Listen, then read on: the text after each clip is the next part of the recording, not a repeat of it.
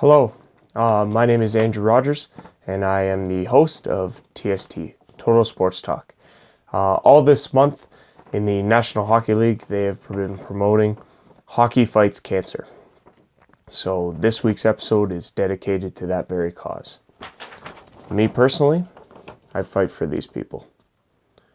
Janice Colby, Diane Martindale, Gary Wamsley, Dennis Tamori, and Dina Smith. Let's beat cancer. Let's help these people and every other person that's in need. That's what we're here for. I fight for these people. Who do you fight for?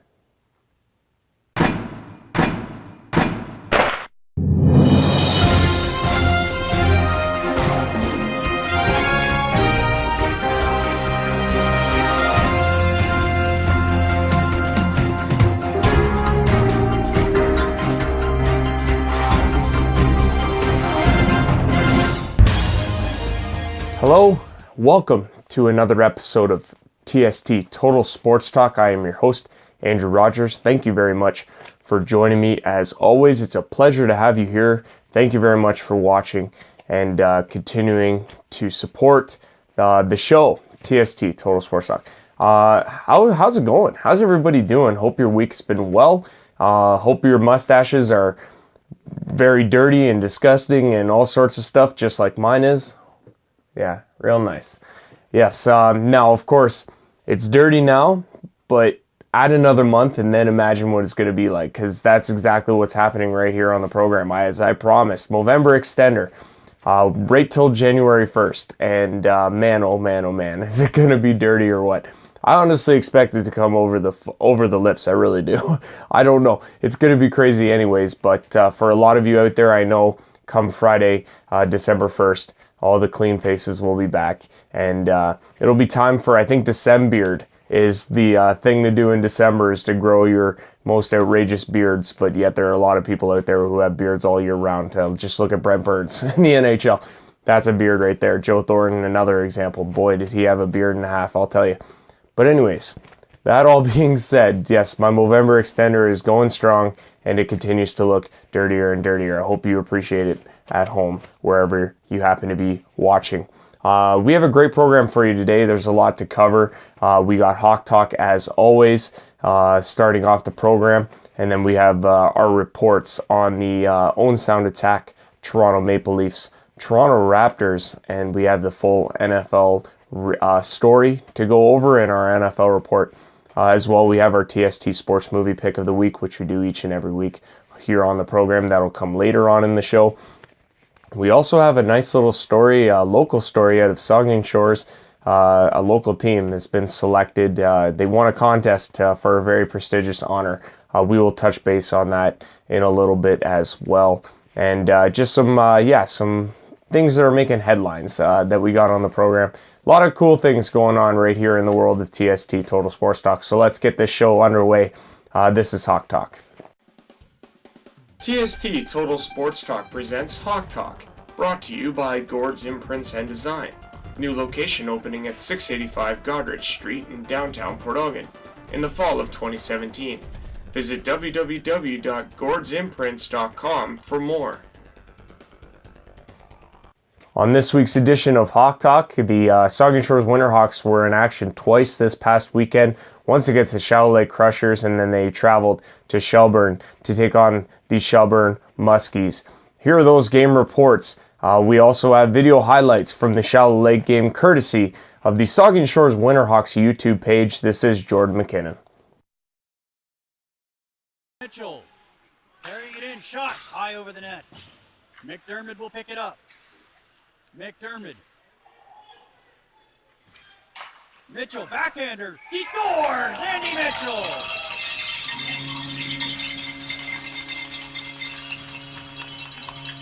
He knocks it back. Mitchell the other way. Mitchell with some speed, gets a step shot, scores! Andy Mitchell!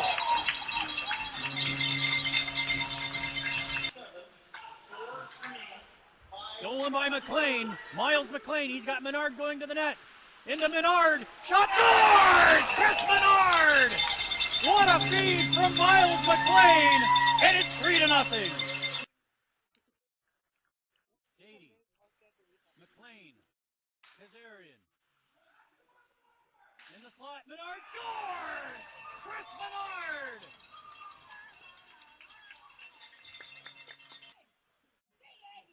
Andy going wide, Mitchell to the net, look at that! He scores! Andy Mitchell! Icing, no icing. 17 seconds. Jones overskates it. McLean looking for Menard. McLean back to the point to Smith. Smith shoots. Menard looking for the hat trick. He got it. Chris Menard the hat trick. Yes, that was Jordan McKinnon of the Saugeen Shores Winterhawks YouTube page. The Saugeen Shores Winterhawks cruising to victory over the Shallow Lake Crushers. The final in this one, 6-3.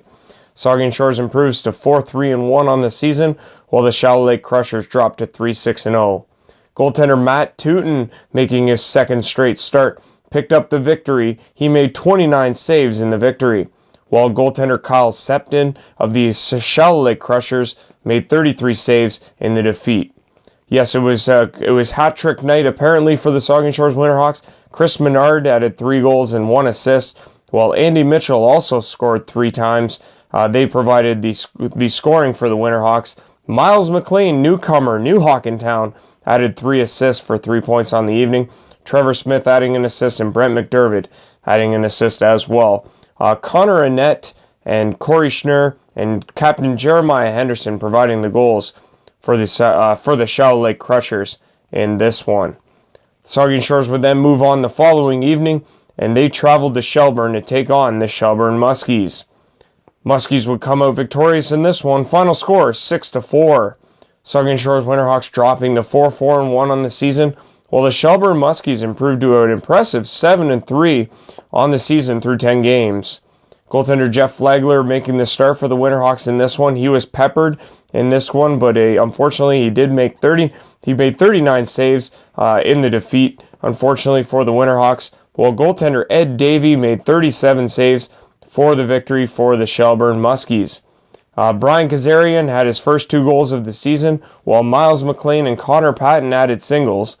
Alex Kuntz added 2 assists, and Trent Hawke with his team-leading 9th point. He had an assist in the game for the Winterhawks. Chris Greer added 2 goals for the Shelburne Muskies, while Luke Richardson with a goal and an assist. Ed Gaffney, Travis Knight, and Trevor Van Elstein had singles for the Shelburne Muskies in the victory. So yes, unfortunately, the Saugeen Shores split the 2 games that they played this past weekend. Very tough contests. They looked very, very sharp in the Shallow Lake game. Unfortunately, they couldn't duplicate that success going up against a very good Shelburne Muskies team, and it shows. As we look now at the WOAA Senior AA Men's League standings, the Tillsonburg Thunder lead the way after 12 games. They are 9-2-1 on the season, good for 19 points. The Clinton Radars are still the only undefeated team in the WOA Senior AA Men's League.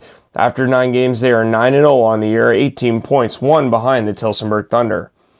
The Ripley Wolves come in at number 3. After 9 games played, they are 7-2-0 on the season, good for 14 points. The Shelburne Muskies are also right there at 14 points. Through 10 games, they are 7-3 on the season. The Petrolia Squires are coming in at number 5. Through 13 games, they are 6-7-0 on the season, good for 12 points. They are tied with the Durham Thundercats. Durham, through 9 games, they are 6-3-0 on the season, also 12 points. Your Saugeen Shores Winterhawks come in at number 7. Through 9 games, they are 4-4-1 on the year, good for 9 points. A point up on the Shallow Lake Crushers, who are at number 8. Through 10 games, they are 4-6-0 on the year, good for 8 points. The Huron East Centenaires, through 9 games, are 3-5-1 on the year, 7 points for them. While the Tavistock Royals are at number 10. Through 11 games, they are 3-8-0 on the year, good for 6 points. The Milverton Four-Wheel Drives, through 8 games, are 3-5-0, good for 6 points in the 11th seed. The Lucknow Lancers are at number 12. Through 8 games, they are 1-6-1 on the year, good for 3 points, while the Elora Rocks, through 9 games, are 1-7-1 on the year, also 3 points. Thank you very much, Jordan McKinnon, for helping me out with those stats and making sure they are up to date. Obviously, point streak, I try and go off of that to get the most up-to-date and reliable scores and stats. However, it's proven to be lackluster according to a number of the other teams' Twitter feeds. You know who you are. Looking now at your Saugeen Shores Winterhawks leaderboard in terms of your scoring leaders, we got Trent Hawke leading the way, 4 goals and 5 assists for 9 points for him. Andy Mitchell comes in at number 2, 4 goals and 4 assists for him after the big hat trick against Shallow Lake. He has 8 points on the year. Brent McDermott has a goal and 6 assists. He leads the team there in assists with 6. He has 7 points on the season. While Chris Menard, the former NHLer and Stanley Cup winner with the Pittsburgh Penguins in 2008, has 4 goals and 3 assists. He also had the hat trick on Friday night against Shallow Lake. He's at 7 points on the season. Connor Patton comes in at 3 goals and 3 assists for 6 points. He is tied with newcomer Miles McLean, making a big impact early on. He has 2 goals and 4 assists for 6 points after a 3-assist night. Blake Underwood has 3 as well, good for 6 points, while Josh Hopkin also has 3 goals and 3 assists for 6 points. Lachlan Elder, who has a goal and 4 assists, good for 5 points. He comes in at number 9. Just signed a contract with the National Lacrosse team. Congratulations, Lachlan, there. And rounding out the top 10 is Curtis Johnson and a number of others. A goal and 3 assists for Curtis. He has 4 points on the season. He is off to a good start, as are the Winterhawks. I mean, it's tough right now. They're 4-4-1 on the year.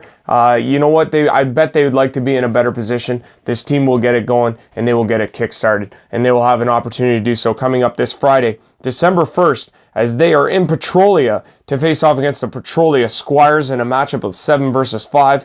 This puck drop goes at 8:30 p.m. in Petrolia. Now we move on to our player profile portion of Hawk Tawk. Trent Hawke, Southampton, Ontario. Fondest hockey memories, probably Pee Wee. We won OMHAs in Wyerton. Right on. That was pretty cool for you. Yep, that's probably one of the biggest ones. Right on. Yeah, go ahead. Pick your best. Yeah, I don't know. A lot of spills and probably just being at the rink, being around the guys. It's a good night out. Yeah. Love the game. Right on. Who would you say was your biggest inspiration when you first started hockey? Probably my grandpa. Yeah. Uncle and grandpa. Yeah, that's what got me into hockey. Right on. How did their role help you do that? Just being at the rink with them, watching my uncle play and watching him develop and through his junior C and all that stuff. So that was pretty inspiring for you? Yeah. Right on. Good. Former NHLer and Port Elgin native Brett McLean was drafted in the 2nd round, 32nd overall in the 07 draft. Which team? Phoenix. Oh boy, good job. Which actor played Gordon Bombay in the Mighty Ducks movies? I don't know who it is. Emilio Estevez. Okay, should have known that. That's all right. This former NHLer was on the cover of the EA Sports game NHL 2004. No, not a Danny gamer. Heatley. Not a gamer. From the Atlanta Thrashers. In 1999, the Buffalo Sabres lost the Stanley Cup Finals to the Dallas Stars on a controversial goal in overtime. Who scored it? Oh. Brett Hall, foot in the crease. How many WOA Senior Men's Championships have the Winterhawks won since they come back into the league in 07-08? 4? 4, correct. Oh boy, good job. Spell the word Zamboni. Zamboni. Good job. Perfect. It's nice to contribute to the community. I know a lot of kids come out to the games, and it's good to support the local game. It's nice to play for a local team. Yeah. Get a lot of the support. Yeah, a lot of kids look up to us, and I can see them in the stands, watching in warm-ups and banging on the glass and stuff. It's cool. Yeah.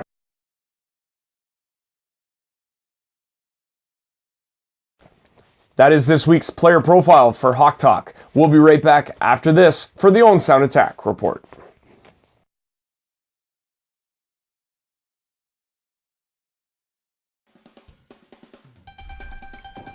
TST Total Sports Talk presents the Owen Sound Attack report.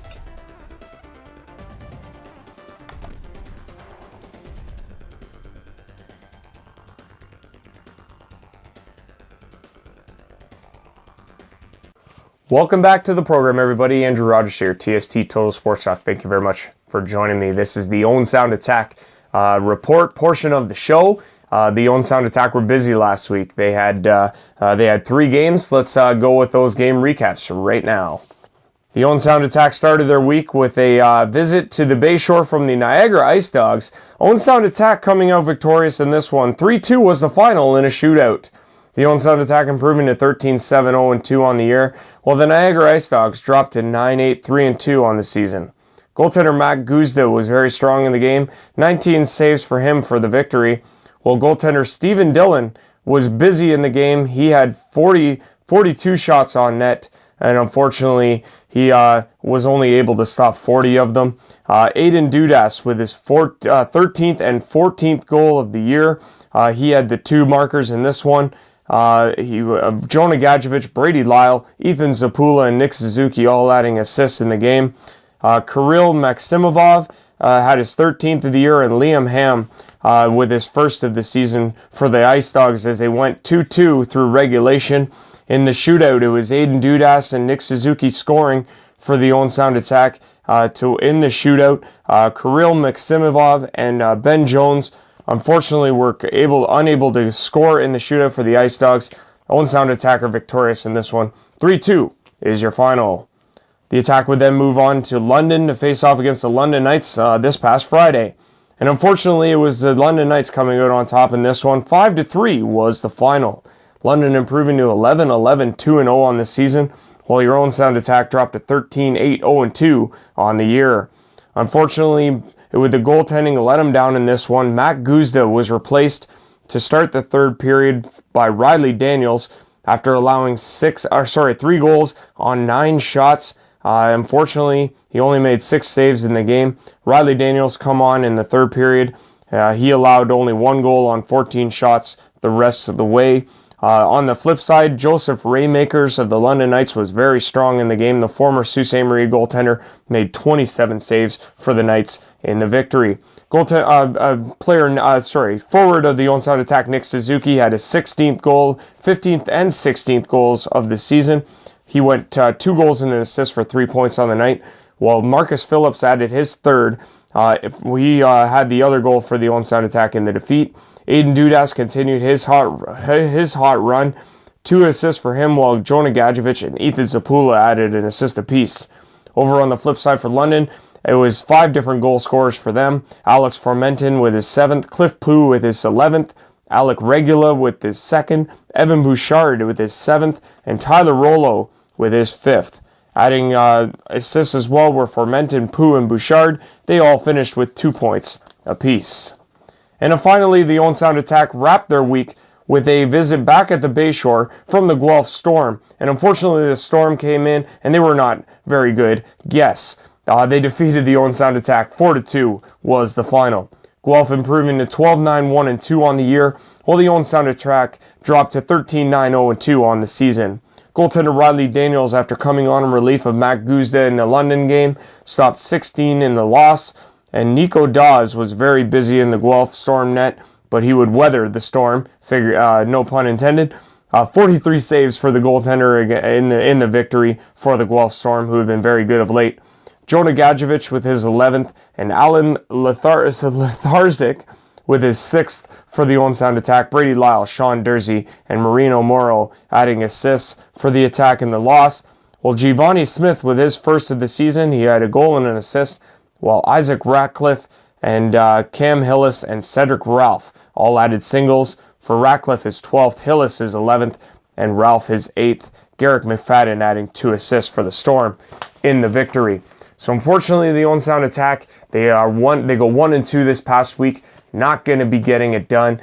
It is a very, very tight race right now in the Western Conference standings of the Ontario Hockey League, as we see now in this graphic. The Sarnia Sting continue to lead the way through 26 games. They are 21-4-1-0 on the year, good for 43 points. The Kitchener Rangers slot in at number 2. 26 games played for them, 15-9-2-0 on the year, good for 32 points. However, they did not have a very good week this past week, dropping all 3 games that they played. The Sault Ste. Marie Greyhounds are at number 3. Through 25 games, they are 23-2-0. They are 1 point back of the Western Conference leading Sarnia Sting at 43 points. Sault Ste. Marie has 42. The Owen Sound Attack come in at number 4. Through 24 games, they are 13-9-0-2, good for 28 points on the year. The Windsor Spitfires, Saginaw Spirit, and the Guelph Storm all have 27 points in the 5, 6, and 7 spot, while the London Knights come in at number 8. Through 25 games, they are 12-11-2-0, good for 26 points. They are a point behind. They were really, look at it this way, there are 2 points out of the 4th place Owen Sound Attack. The Erie Otters come in at number 9. Through 25 games, they are 10-12-2-1 on the year, good for 23 points, while the Flint Firebirds are in the number 10 spot. Through 25 games, they are 7-16-2-0, good for 16 points. Looking now at your Owen Sound Attack top 10 leading scorers, Nick Suzuki leads the way through 23 games. He has 16 goals and 25 assists for 41 points. Defenseman Sean Dursey continues to lead defensemen on the attack in scoring. Through 22 games, he has 11 goals and 22 assists, good for 33 points. He's playing very, very well. Kevin Hancock has through 23 games, 10 goals and 19 assists, good for 29 points. Aiden Dudas, like I said, he's been on fire of late. He's second on the team in scoring with 14 goals on the year, 11 assists to go along with that, good for 25 points. Jonah Gadjevich has been a beast since he came back into the lineup a few games ago. 11 goals and 8 assists. Same for Maxime Sushko. They both are tied for 19 points apiece. Ethan Zapula has 3 goals and 12 assists, good for 15 points. Alan Lethargic through 6 goals and 7 assists, good for 13 points. Marcus Phillips, 3 goals and 10 assists for 13 points. And Matthew Struthers rounds out the top 10. He has 6 goals and 5 assists, good for 11 points on the season.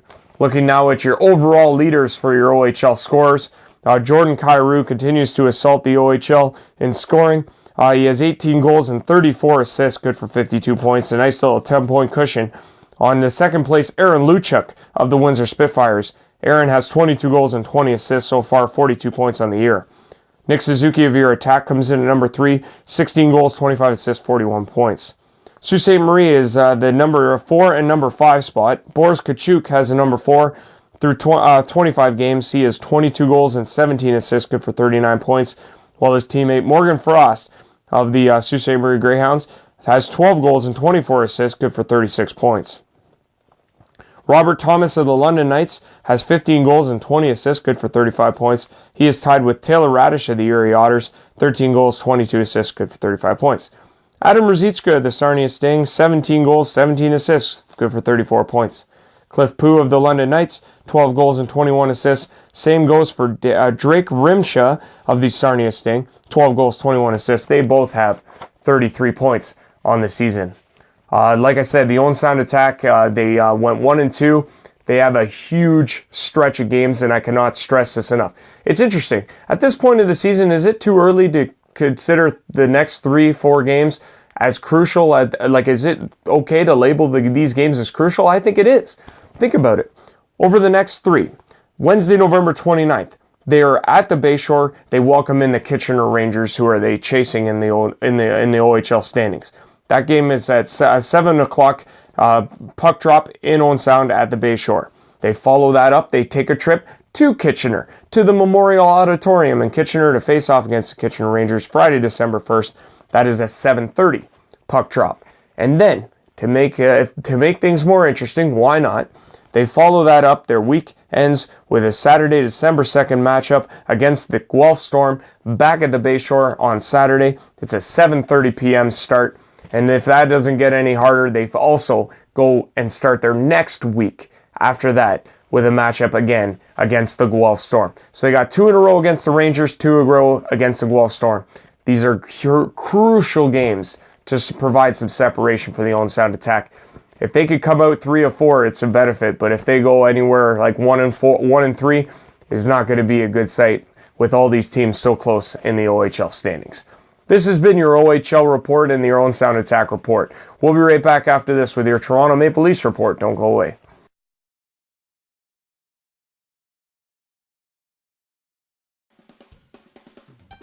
TST Total Sports Talk presents the NHL and the Toronto Maple Leafs report.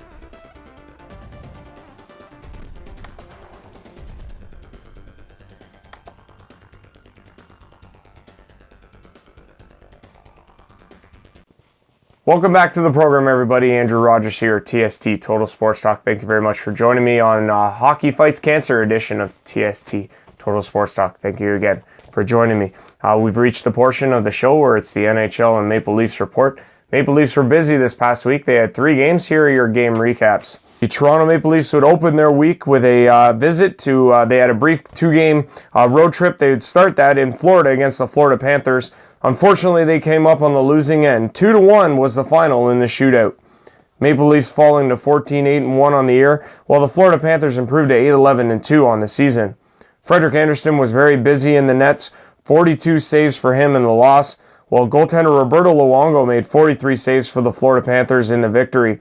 A lot of shots in this one, a lot of opportunities. The goaltenders were absolutely fantastic, considering the 2-1 final in the shootout. Nazem Kadri's 11th of the year was the lone goal for the Maple Leafs, who was assisted by Connor Brown and Patrick Marleau in the third period.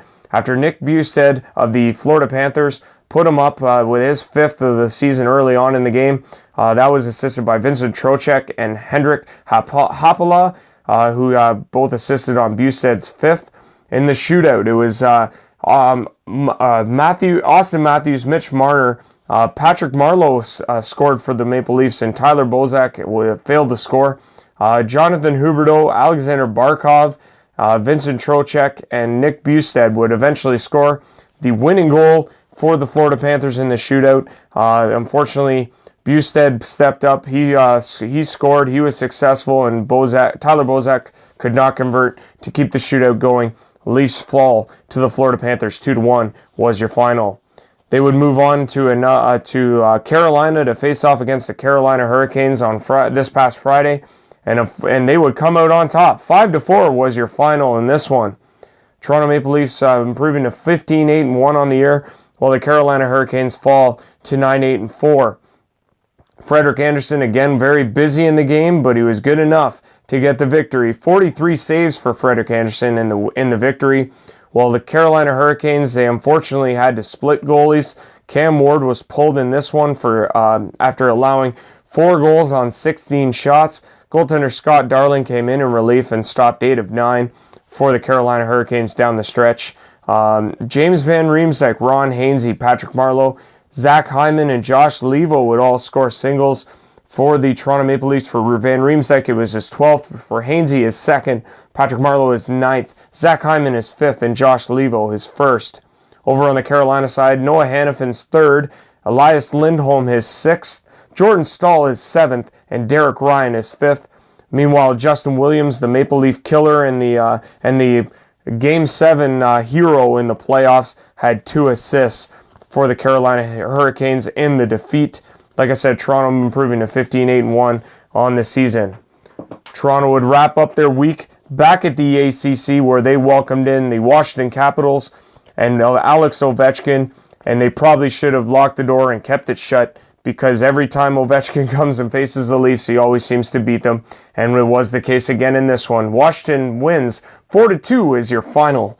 Toronto Maple Leafs dropping to 15-9-1 on the season, while the Washington Capitals improved to 14-10-0 and 10-1. Braden Holtby, very good in the game for the Washington Capitals, 27 saves in the victory, while Curtis McElhinney got the call after Andersen was very, very busy in the previous 2. He only stopped 17 in the loss in the Toronto Maple Leafs net. Nikita Zaitsev, his 3rd, and Jake Gardiner, his 2nd, were the goal scorers for the Toronto Maple Leafs. Austin Matthews, William Nylander, and Dominic Moore adding assists, while Ovechkin would add 3 to take the NHL lead in goals scored. He has 18 now on the season. He has almost 50 points in 22 games career-wise against the Toronto Maple Leafs. His stat numbers are ridiculous when it comes to facing Toronto. To say that he loves playing them is an understatement. Also, we had Jakub Vrana scoring his 7th of the season. He had the 4th goal. Just unbelievable. He had the 3rd goal for the Washington Capitals, the game winner in this one. I apologize. The goal he scored was absolutely phenomenal. He is fast. TJ Oshie would add 3 assists, and Nicholas Backstrom with 2. Ovechkin, like I said, with the hat trick. He has 18 goals now on the season. Yeah, Toronto Maple Leafs, unfortunately, they've dropped 2 games and they win 1. Yet they still look pretty good overall in terms of the Eastern Conference. You know what? They're playing really well, and they're gonna scrape together some wins. This team is very talented, and from top to bottom, they are getting clutch scoring all the way around. But yeah, it's resulting in the standings. So let's have a look now at the Atlantic Division standings. The Tampa Bay Lightning continue to lead. Through 23 games, they are 16-5-2 on the year, good for 34 points. The Toronto Maple Leafs come in at number 2. Through 25 games, they are 15-9-1, good for 31 points. They have a 6-point cushion on the third place Detroit Red Wings, who through 24 games are 10-9-5. They have 25 points on the year. The Boston Bruins come in at number 4, 10-8-4 on the year. They have 24 points, thanks in part to goaltender Antoine Hudobin, who's been absolutely stellar of late for the Bruins. Montreal Canadiens are 10-12-3 on the year, good for 23 points. They have resurgence though with Carey Price back in the net. He's been absolutely unbelievable since he's come back in the last 2 games he's played. The Ottawa Senators through 22 games are 8-6. They have 22 points on the year. They're in the 6th spot. The number 7 team is the Florida Panthers. Through 23 games, they are 9-12-2 on the year, good for 20 points. And the Buffalo Sabres come in at number 8. Through 24 games, they are 6-14-4, good for 16 points. Looking now at your Toronto Maple Leafs scoring leaders, got Austin Matthews leading the way. 21 games played for him, 12 goals and 11 assists, good for 23 points. Nazem Kadri is having a phenomenal year in the 2nd spot. He has 11 goals and 10 assists, good for 21 points so far through 25 games. James Van Riemsdyk has 12 goals and 7 assists. He is tied with Austin Matthews for first on the team lead in goals. He has 19 points in the year. While Morgan Riley leads all defensemen on the team, he has 3 goals and 14 assists, good for 17 points. Mitch Marner, 2 goals and 14 assists for him, 16 points. Same goes for Patrick Marleau and William Nylander, who both have 16 points as well. Looking now at your league leading scorers in the NHL, Steven Stamkos continues to lead the way. He is off to a phenomenal start. 23 games played for him, 10 goals, 26 assists, good for 36 points. His line mate Nikita Kucherov comes in at number 2. He has 17 goals and 17 assists, good for 34 points. He is one back of Alex Ovechkin for the goals lead in the NHL at this point. Johnny Gaudreau of the Calgary Flames has been off to an absolutely unbelievable start. 11 goals and 23 assists for him, good for 34 points. While Phil Kessel comes in at number 4. The sniper on the Pittsburgh Penguins through 26 games has 11 goals and 21 assists to lead all Penguins in scoring with 32 points. Jaden Schwartz of the really hot St. Louis Blues, 24 games played, 13 goals on 19 assists, good for 32 points. Connor McDavid comes in at number 6. Through 24 games, he has 10 goals and 20 assists for 30 points. Same with Braden Shen of the St. Louis Blues, 10 and 20 for him as well. Jakub Voracek comes in at number 8, 7 goals and 22 assists, good for 29 points. While Vladimir Tarasenko is at number 9, 12 goals and 16 assists, good for 28 points. Same goes for Blake Wheeler. 6 goals, 22 assists, 28 points. He is in the number 10 spot. So like I say, the Toronto Maple Leafs, they've been playing as good as can be. They've won 7 of the last 10. They're on a little bit of a roll. They had a hiccup this past week with a drop in a couple of winnable games. I think that's fair to say. However, it doesn't get any easier as the Toronto Maple Leafs in their upcoming week have 3 very tough games, and they are out on the West Coast. It starts tonight with a game against the Calgary Flames in Calgary. This one gets started at 9 o'clock in Calgary to face Johnny Gaudreau, and they're a tough team. Sean Monahan. Anyways, Sean Monahan, Johnny Gaudreau, the Calgary Flames are waiting, and they're a very good team. They've been playing very good of late. They will be a tough test. They flip over then 2 nights after and play the Edmonton Oilers Thursday, November 30th. That is a 9 p.m. start. McDavid, Draisaitl, and company looking better of late. And you know what? They're going to be waiting and ready to go once the Maple Leafs roll into Edmonton on Thursday. And the Leafs wrap up their week with the third of 3 in the West Coast Canadian teams. They face off against Bo Horvat and Brock Bozier and Jakob Markstrom. They got this team going at an unbelievable start. They are on a roll, and they look very good early on. The Vancouver Canucks is their opponent Saturday, December 2nd as part of Hockey Night in Canada. That is a 7 o'clock p.m. start. That's really all I got, though, for this week's edition of the Maple Leafs and NHL Report. We'll be right back after this with your Toronto Raptors report. Stick around.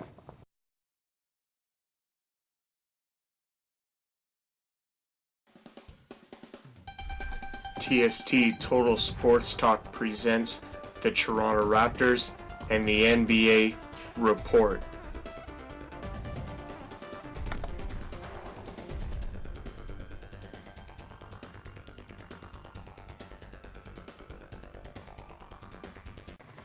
Hi there. Welcome back. Andrew Rogers here, TST Total Sports Talk. Thank you very much for joining me and hope you're enjoying the episode thus far. We've reached the point in the program where we're going to talk about the NBA and the Toronto Raptors. The Raptors had 3 games this past week. Here are your game recaps. Well, it was the start of 3 on the road, the first coming against the New York Knicks in New York at Madison Square Garden, where they would fall to the New York Knicks. 108-100 was the final. Knicks improving to 10-7 on the season, while the Toronto Raptors fall to 11-6. Kyle Lowry led the way for the Raptors, 25 points, 10 rebounds. DeMar DeRozan had 18 points and 6 rebounds, while Norman Powell and C.J. Miles both had 11 apiece. Tim Hardaway Jr. would have a game-high 38 points, 6 rebounds, while Kristaps Porzingis had 22 points and 12 rebounds for the double-double. He was very strong in the game. Courtney Lee and Ernest Cantor had 15 and 11 apiece, respectively, for the New York Knicks as they hand the Raptors their 6th loss of the season.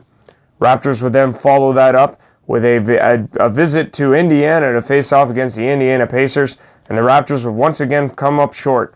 107-104 was the final in this one. The Indiana Pacers improving to 11-8 on the year, while the Raptors dropped to 11-7. Kyle Lowry again leading the way for the Toronto Raptors. He had 24 points and 10 rebounds. Fred VanVleet had 16 points and 5 rebounds, while Norman Powell added 16, DeMar DeRozan with 13, and Serge Ibaka with 10 points and 7 rebounds. Victor Oladipo led the Indiana Pacers with 21 points. Bojan Bogdanovic had 19 points, while Lance Stevenson had 18 points and 7 rebounds. Darren Collison was very good as well, 17 points and 8 assists for the victorious Indiana Pacers. So, like I said, I'd go to 11-8 on the year, while the Raptors dropped to 11-7. Raptors would then wrap up their week with a visit to Atlanta to face off against the last place in the Eastern Conference, Atlanta Hawks, and it showed in this one. Raptors getting a much-deserved win. They were good defensively. They were strong on the boards, and they demolished the Atlanta Hawks, which they should have done. The final in this one, 112-78. The Atlanta Hawks fell to a disappointing 4-16 on the year, while the Raptors improved to 12-7. They had 7 players scoring double figures in the ball game. Norman Powell led the way with 17 points. Jonas Valanciunas with 16 and 8.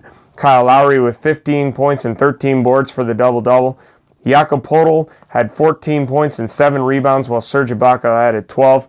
Dennis Schroeder led the way for the Atlanta Hawks, 14 points for him, while Taurean Prince had 10 points and Marco Bellinelli had 10 points for the Hawks in the loss.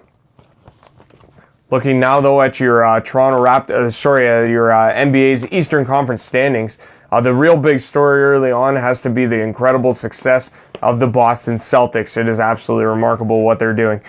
They are 18-4 on the year so far. They are just absolutely incredible.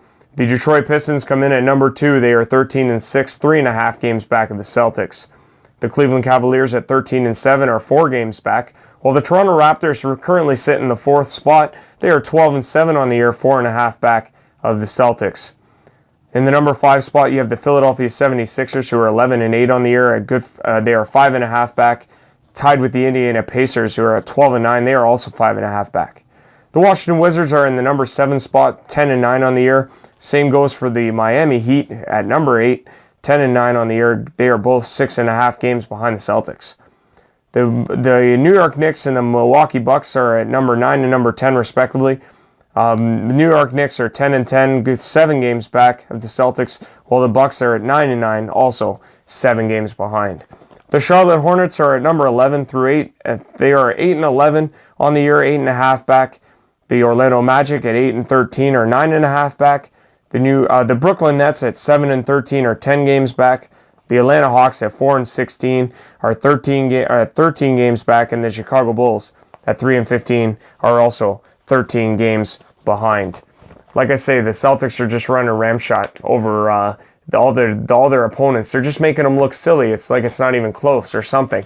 Anyways, it'd be really interesting to see if this continues along this path. You know what will be really interesting? I'm actually looking forward to when Cleveland finally gets Isaiah Thomas back. It should be sometime around the end of December. I was hearing at the beginning when the trade was announced, Kyrie Irving for Isaiah Thomas and a number of other players that were in the deal as well, that Isaiah Thomas's timeline for when he would return would be somewhere around the end of December, possibly start of January. So that'd be really interesting to see his impact on the Cleveland Cavaliers when he does finally return.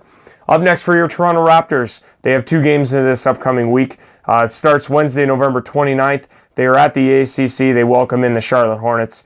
This is a 7:30 tip-off from the ACC, and between the Toronto Raptors and Charlotte Hornets. And then Friday, December 1st, they are still at the ACC. They welcome in the Indiana Pacers. They are in the number 6 spot. It's a 4 versus 6 matchup right now. 7:30 is the tip-off, Friday, December 1st. Raptors and the Pacers. This has been all for your Toronto Raptors report for this week and the NBA. We'll be right back after this. Don't go away.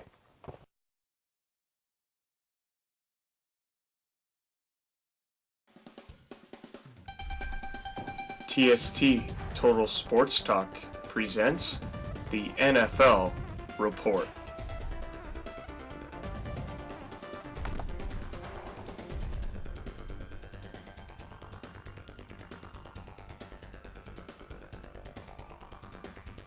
Well, hello. Welcome back to the program. Andrew Rogers here, TST Total Sports Talk. Thank you very much for joining me as always. Hope you're enjoying the show. We've reached the portion of the show now where we have the NFL Report. It was U.S. Thanksgiving, so there was a lot of football all across the week. Let's just get it underway here. The week got underway with a matchup on Thursday at 12:30 between the Minnesota Vikings and the Detroit Lions. It was Minnesota coming out on top. 30-23 was the final in this one. Minnesota improving to 9-2, while the Detroit Lions fall to 6-5. Case Keenum was very good in the game. He went 21 of 30 for 282 yards and 2 touchdowns. Phillip Rivers went 27 of 33 for 434 yards and 3 touchdowns as the LA Chargers dismantled the Dallas Cowboys. 28-6 was the final. LA Chargers improved to 5-6, while the Cowboys fall to 5-6. Jamison Crowder had 7 receptions for 141 big yards and a touchdown as the Washington Redskins upended the New York Giants in the Thursday U.S. Thanksgiving night game. 20-10 was the final. Washington improving to 5-6, while the New York Giants fall to 2-9. Julio Jones had himself a day. 12 receptions for 253 massive yards, 2 touchdowns in a huge win from the Atlanta Falcons. 34-20 over the Tampa Bay Buccaneers was the final. Atlanta improving to 7-4, while the Tampa Bay Buccaneers fall to 4-7. Joe Mixon of the Cincinnati Bengals rushed 23 times for 114 yards and a touchdown. He also had 3 receptions for 51 yards. The Cincinnati Bengals improving to 5-6, while the Cleveland Browns fall to 0-11. 30-16 was the final in this one. Tight end Delaney Walker had 4 receptions and 63 yards and a touchdown to help Tennessee to a 2016 victory over the Indianapolis Colts. Tennessee improving to 7-4, while the Colts fall to 3-8. Tyrod Taylor returned to the starting role as the starting quarterback in Buffalo, and he went 19 of 29 for 183 yards and a touchdown. And the Buffalo defense absolutely stymied the Kansas City Chiefs. Chiefs losing once again. They started the season at 5-0. They are 1-5 since, and they are in trouble. The final in this one, 16-10 in favor of the Buffalo Bills. Buffalo improving to 6-5 on the season, while KC drops to 6-5. Tom Brady went 18 of 28 for 227 yards. He passed for 4 touchdowns and threw an interception as the New England Patriots defeated the Miami Dolphins. 35-17 was the final. New England improves to 9-2, while Miami drops to 4-7. Devin Funchess had caught 7 passes for 108 yards to help Carolina to a 35-27 victory over the New York Jets. Carolina improving to 8-3 on the year, while the Jets fall to 4-7. Carson Wentz continued his path on to the MVP award in the NFL, or at least in the NFC. He went 23 of 36 for 227 yards and 3 touchdowns as the Philadelphia Eagles absolutely destroyed the Chicago Bears. 31-3 was the final. Philadelphia Eagles improved to 10-1 on the season, while Chicago falls to 3-8. Philadelphia can clinch the NFC East with the Dallas Cowboys' loss this upcoming Thursday night against the Redskins. Russell Wilson was 20 of 34 for 228 yards, 2 touchdowns and an interception. He also rushed 7 times for 25 yards and a touchdown on the ground as the Seahawks defeated the San Francisco 49ers. 24-13 was the final. Seattle improves to 7-4 while San Francisco drops to 1-10. Another possible MVP candidate, Jared Goff, went 28 of 43. He had 354 yards passing, 2 touchdowns and an interception as the LA Rams defeated the New Orleans Saints. 26-20 was the final. LA Rams moved to 8-3 on the year, while New Orleans Saints dropped to 8-3. It's their first loss in 9 games for the Saints. Blaine Gabbert came back to haunt his old team as he went 22 of 38 for 241 yards, 2 touchdowns and an interception as the Arizona Cardinals defeated the Jacksonville Jaguars 27-24. Phil Dawson hit a 57-yard field goal to clinch the victory for the Cardinals with no time left in the fourth quarter. Arizona improves to 5-6 while Jacksonville falls to 7-4. Derek Carr threw 18 of 24 for 253 yards and 2 touchdowns as an early brawl that ensued between Aqib Talib and Michael Crabtree overshadowed what was an Oakland Raiders victory at the end of the day. 21-14 was the final for the Raiders over the Denver Broncos. Oakland improves to 6-5 while Denver falls to 3-8. In the Sunday Nighter, the Pittsburgh Steelers held off the Green Bay Packers. 31-28 was the final. Ben Roethlisberger was very impressive in the game. He threw 33 of 45 for 351 yards, 4 touchdowns through the air and 2 interceptions. Pittsburgh improving to 9-2 on the year, while the Green Bay Packers fall to 5-6.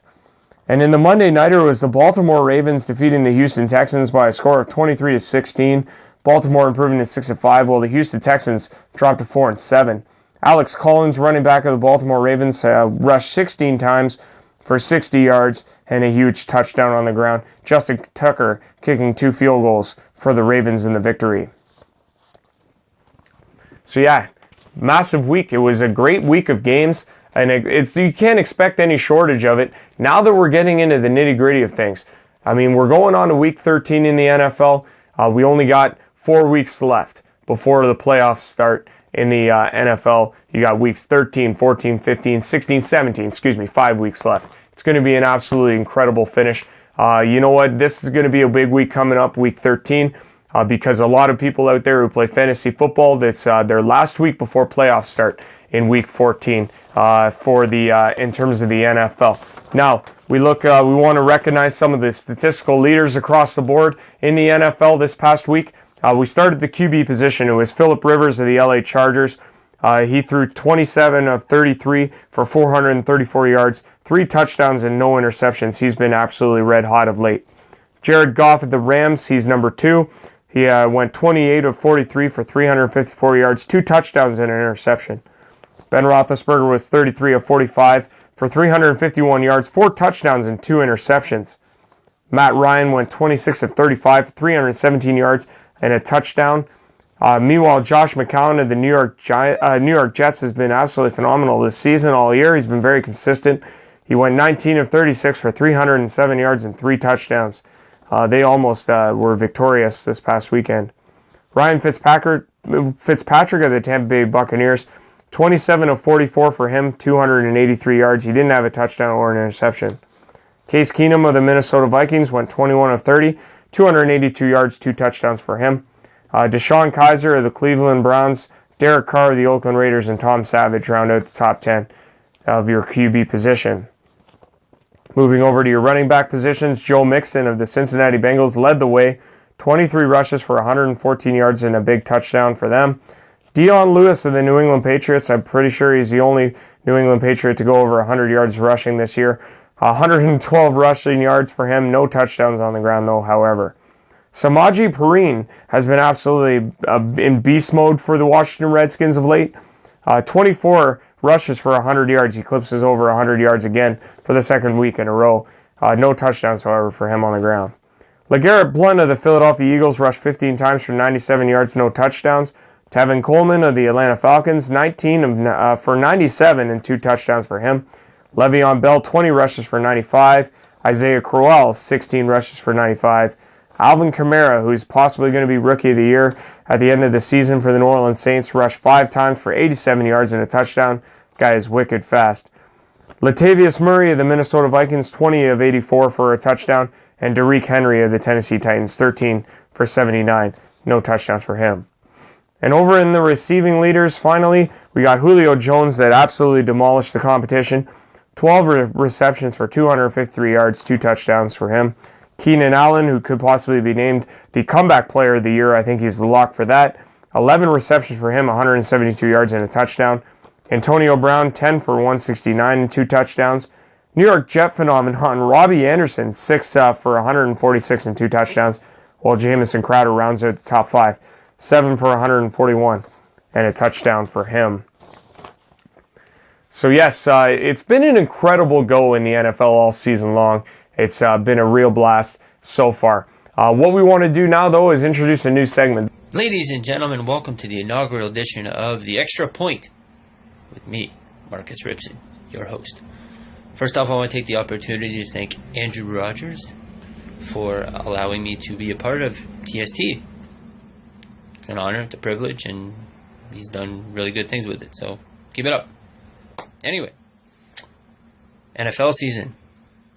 Hot and heavy now. We're past Thanksgiving. Well, American Thanksgiving. Obviously, we're Canadian. Our Thanksgiving was in October. I know, I'm sorry, I got a crack in a joke there. Anyway, so this is when the football really starts to matter. Not that it doesn't already, but this is when it matters. This is it. Playoffs in the horizon. We're coming up to December. Christmas time. So, let's take a quick look at the races. We have in the NFC, because we'll start there because that's the most interesting. You have Philadelphia, 10-1, sitting first place in the East. Pretty much a lock to win it. I would say almost a lock to win the whole conference. First round bye, home field throughout the playoffs. I think they're a lock. Carson Wentz looks amazing this year. That defense, amazing. You got sitting number 2, the Minnesota Vikings, 9-2, sitting to the top of the North. Once again, I don't think any team's catching them. They're kind of the surprise this year, for me at least, given their quarterback situation and beginning of the year Case Keenum, or beginning of the year Sam Bradford, and now Case Keenum. And it's quite amazing what he's done. I should know. He was my quarterback at one time. But, you know what, hopefully they make it through, and you know what, it would be actually a pretty good storyline given the fact that the game is in Minnesota this year. So that defense, once again, overpowering, and I really think that they have a great opportunity to make a push.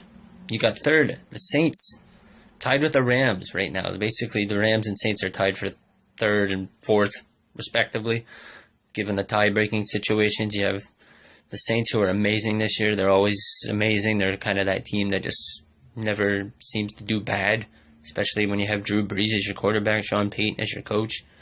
They have a run game finally. So, good things coming out of there. You have the Rams, who, to me, are the surprise team of the year. You would ask me last year, is Jared Goff going to be this amazing? I would have told you no. But then again, new coach, and you can see what Jeff Fisher does to quarterbacks.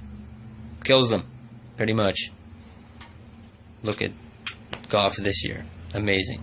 Look at Keenum this year. Amazing. So, once again, Jeff Fisher, right off into the sunset, my friend. Right off into the sunset. Your wildcard teams, you got Carolina and Atlanta sitting 1-2 in the wildcards. These are the teams now that they're wildcard teams, but as history has dictated, that the wildcard team can usually be the team. Doesn't necessarily mean you have to win division to win a Super Bowl. Ask the New York Giants. They would know. Your bubble teams are Seattle and Detroit. Now, Seattle is the more realistic of the two. I put Detroit in there, but I don't think that they're really having an opportunity to make it in. Seattle could be that team. They've done it. They have the pedigree to do it again. Their defense is a little banged up this year. Chancellor and Thomas haven't been the same. Chancellor and Thomas, you have Sherman done for the year now. So, realistically, maybe not. The Legion of Boom is the Legion of Hurt right now. So, might be a downfall. That's your NFC playoff picture. Your AFC playoff picture. Now, I don't want to be the bearer of bad news. I'm sorry. Just a messenger. Please don't shoot me. Unless your team is in Western Pennsylvania or Boston, Massachusetts, you ain't winning a Super Bowl or even making it. Because unfortunately, those two teams, once again, are just the powerhouses in the AFC. Sitting 1-2, Pittsburgh 1, New England 2. They have a big matchup coming up in a few weeks, and they'll pretty much, I would say, determine who's going to be the number 1 seed and who has to go through them in the AFC Championship. So, let's look at those teams that could have a possibility. Tennessee, no. Sorry, not happening. Not this year, at least. You're sitting 7-4, third in the South. You know what? Be good for the city, make the playoffs, but even if they get out of the first round, they still got to somehow get through Pittsburgh and or New England. Not happening. KC, well, at the beginning of the year, I would have told you, not a problem. I think they could do it. Now, no. Past 2 weeks, you've lost to Buffalo, you've lost to the Giants, a dead-in-the-water Giants team, and you put up only 9 points on field goals. And the last one had to be at the buzzer to put it into overtime. Alex Smith is not the same Alex Smith. Not now. Sorry. KC, you're not doing it. As much as I'd like you to, you're not. Your wildcard teams, Jacksonville at 7-4. Nope. Next one, please. You know what?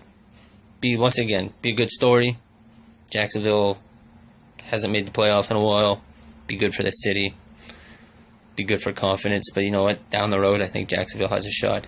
They have a great defense. Bortles just needs to figure it out.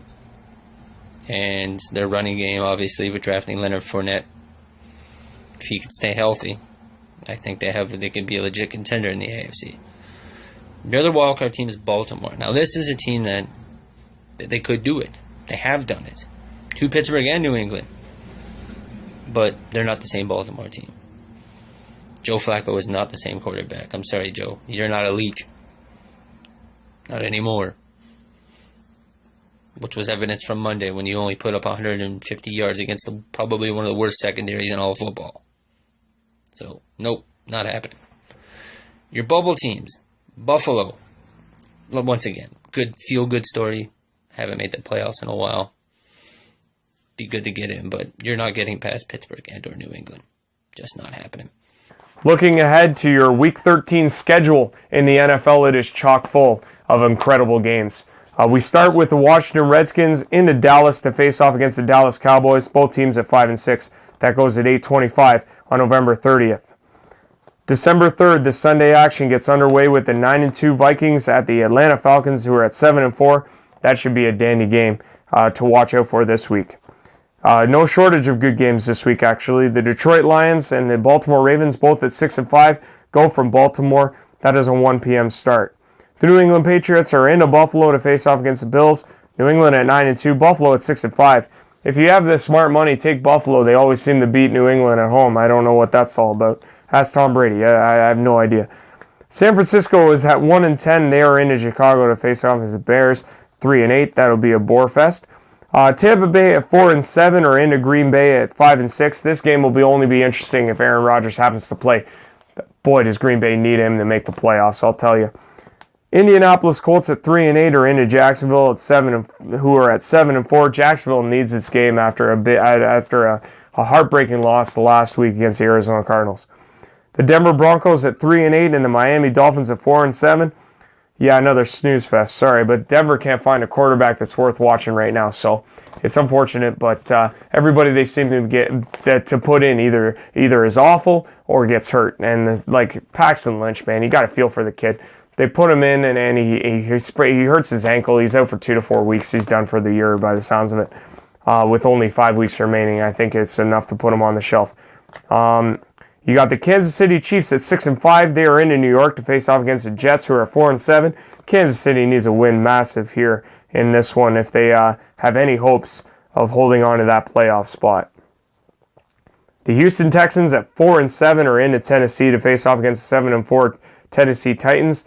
The Houston Texans were dealt a huge blow with a loss to the Baltimore Ravens last week, but this is a classic AFC South matchup. The Cleveland Browns at 0-11 are into LA to face off against the LA Chargers, who are 5-6. They are rolling. This should be a no-brainer for the LA Chargers to win this one. However, you cannot count out the Cleveland Browns in this one with one reason and one reason only, and that is the return of Josh Gordon, who plays his first game in 2 years for the Cleveland Browns. The last time we saw Josh Gordon, he was leading the NFL in receiving for the year, and he's an unbelievable athlete, but man, the guy is not very smart. But it'll be interesting to see what kind of game shape he's in come Sunday. That game goes at 4:05 in LA. The Carolina Panthers and New Orleans Saints are another phenomenal game. They're both at 8-3. That one goes at 4:25. The New York Giants at 2-9 are into Oakland to face off against the Oakland Raiders at 6-5. Oakland needing this game. This should be a no-brainer. It was offered a twist, though, however, when it was announced that Geno Smith would be starting for the New York Giants over Eli Manning. It's the first time since 2004 that Eli Manning hasn't started a game. 13 years. And to say that Eli was emotional is an understatement. If anybody gets to watch the video, man, it's just heartbreaking. It's hard to watch for Eli Manning. You got to feel for the guy. It's not his fault.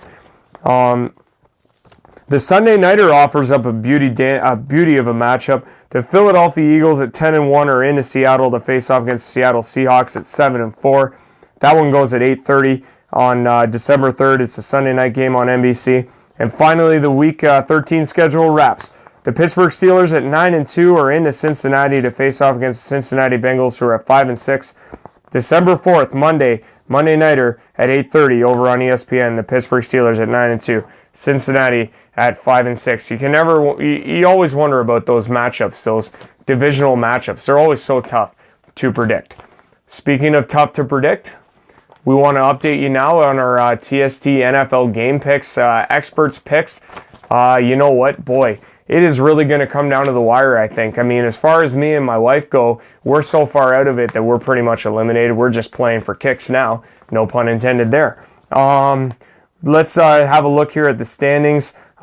We got it was an incredible week for Andrew Warren. He went 14-2 and he took a one-game lead. He grabbed a one-game lead over Sean Smuck, who moved into the second spot. Sean at 12-4 last week. He is at 94-51. He is one game back of Andrew Warren. Marcus Ripson had an 11-5 week last week. He is 89-56, 6 games back and fading fast. Jason Antonori had a strong week, 12-4, 87-58. He is 8 games behind. Mike Story went 11-5 last year, but he is 11 games behind at 84-61. We got Mike Flanagan, who had a 10-6 week. He is 81-64, 14 games behind. And then, like I said, myself and my wife are just way too far back to even really bother with that one. It'll be really fun. These picks are great, and you know what? I really hope. I'm really excited to see how they end up. I mean, the way it's going to go over the next 5 weeks is going to be really interesting because of the fact that you got 16 games each and every week, so nobody's really out of it. All it takes is one person to go on a run to turn this thing around. Anyways, that is your NFL report for this week's edition of TST. We'll be right back after this.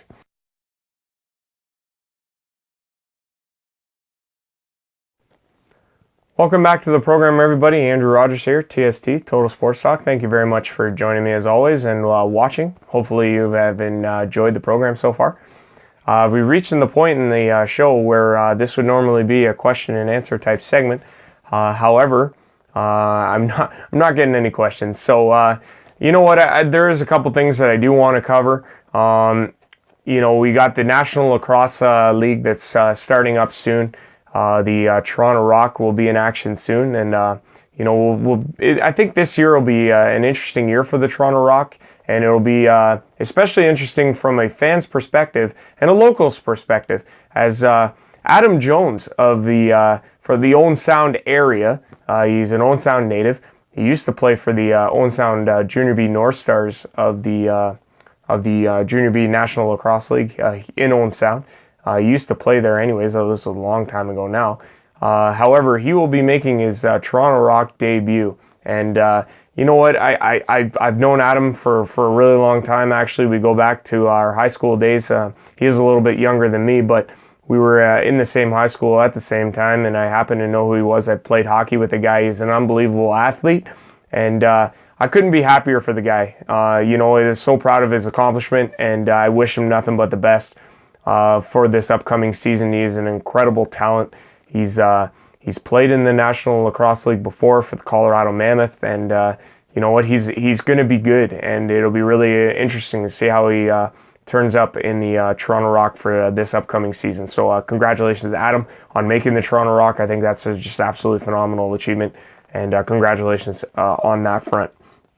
We want to talk about the Toronto Argos. Man, the Grey Cup, was it not unbelievable? It was probably, like some people are saying, it's the best Grey Cup that they've ever seen in recent memory. The Toronto Argos coming out on top, 27-24 was the final. Ricky Ray, I mean, it's unbelievable for him. His 4th CFL Grey Cup title for the Toronto Argonauts, their 17th in their history. Ricky Ray's 4th has him as the most in Grey Cup, the most Grey Cups for a single person in CFL history with 4. It's just an unbelievable accomplishment. I expect him to probably ride into the sunset on this one, as it seemed to be the consensus was going to be once if he was to win for him. And you know what? There were a number of unbelievable events. Shania Twain at halftime just killed it. Come out on a bobsled. She's wearing a one-piece bodysuit and a big fur red jacket. It's just unbelievable. And all the snow and all the majesty, it was just something else to behold. It was an incredible football game as well, with the Argos erasing a huge deficit. They had 2 incredible plays. One of them was a 100-yard pass and catch touchdown, and you had a fumble recovery for 110 yards. 2 things that have never been done in the Grey Cup before. It's just absolutely phenomenal there. So congratulations to the Toronto Argonauts for winning this year's Grey Cup. Good for them. Now, moving on, we also want to talk now about a local sports story, one that's was brought to my attention actually from my wife. I want to thank her for bringing this to my attention. It's an incredible accomplishment, and I want to just give you a little bit of a background here. So Ziegler Castle Lumber Sauging Shores Pee Wee House League girls team won a contest and will play outdoors on the Canada 150 outdoor rink on Parliament Hill as part of the Bell Capital Cup Canada 150 division. The team entered the Hockey on the Hill contest by entering a video and an essay describing why they were deserving to represent the Southern Ontario region of the tournament. And they won. What an accomplishment. Congratulations, first and foremost, because this is incredible. It's so nice to see a local group or a local team, a local community from the community of Sauging Shores win such a prestigious award, like a prestigious accomplishment, a thing that is going to be so incredible for all those people involved to be able to participate in something of this magnitude. It's going to be absolutely incredible. Here's the video that they submitted.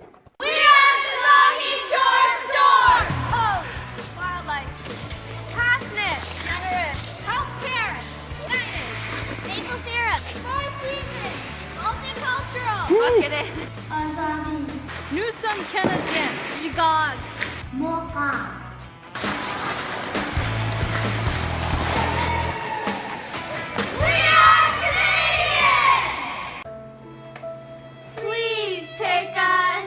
Yeah, so they had to submit that video, and they also had to submit an essay of some kind, and their head coach, Brian Tedford, wrote this unbelievable poem, and I want to share for you.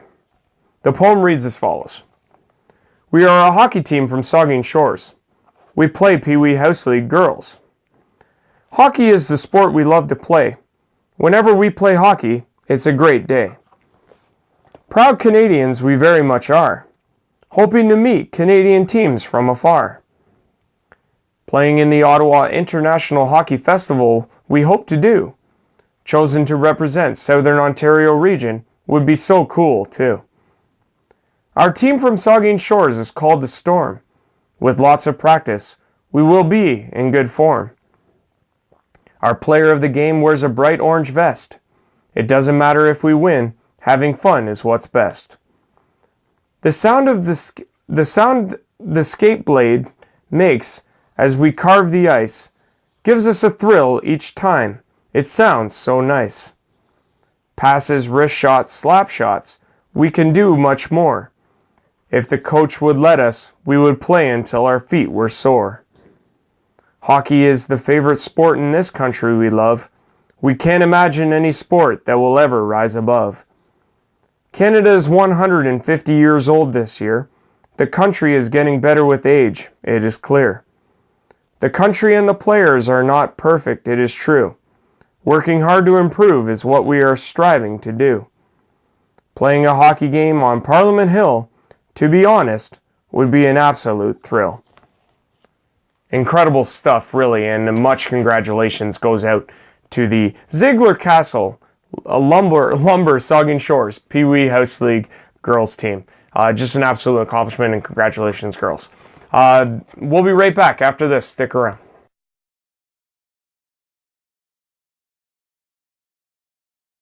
Welcome back to the program, everybody. Andrew Rogers here, TST, Total Sports Talk. We have reached the point in our show where it is now time for our TST Sports Movie Pick of the Week. This week's selection is Dodgeball, a true underdog story released in 2004. A group of misfits enter a Las Vegas dodgeball tournament in order to save their cherished local gym from the onslaught of a corporate health fitness chain.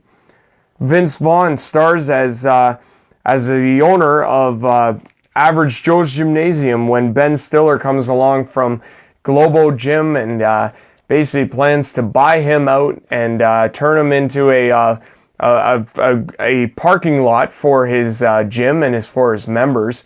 And Vince Vaughn must get his group of buddies to raise $50,000 just to get their gym to survive, as they are in a world of debt and a world of problems with their gym and acquiring new members and all that sort of thing. It is a power struggle between underdog and favorite. And this is an incredible movie. It's really, really funny. Okay, whoa. Okay, first of all, he is way more of a pirate than you will ever be. And secondly, we don't know who our best player is yet. We've only had one game. It could be any one of us at this point. That's great. Go ahead, make your jokes, Mr. Joke maker. But let me hit you with some knowledge. You should quit now and save yourself the embarrassment of losing with these losers in Las Vegas, LaFleur. Alliteration aside, I think I'll take my chances in the tournament. Yeah, you will take your chances. I know. I just said that. I know you just said that. Okay, I'm not sure where you're going with Well, this. I'm not sure where you're going with this. That's what I just said. Well, that's what I'm saying to you. All right? Touche. Me and my squad are gonna split, but we'll see you at the tournament. Oh, and LaFleur, best bring your bib, because it's gonna get messy. It's got laughs left and right, and it's got an incredible cast. Vince Vaughn, Christine Taylor, Ben Stiller, Rip Torn, Justin Long, Gary Cole, and Jason Bateman all star, as well as celebrity appearances from Lance Armstrong, Chuck Norris, William Shatner, and David Hasselhoff. Dodgeball, a true underdog story released in 2004, is your TST Sports Movie Pick of the Week. Commentator's clothing was made and purchased from Vistaprint. Go to vistaprint.ca for all your custom apparel needs. They are absolutely fantastic. I highly recommend them. They have always been good when it comes to anything I want to order. This has been all for this week's edition of TST Total Sports Talk in support of Hockey Fights Cancer. Thank you very much for joining me, and we'll see you again next week.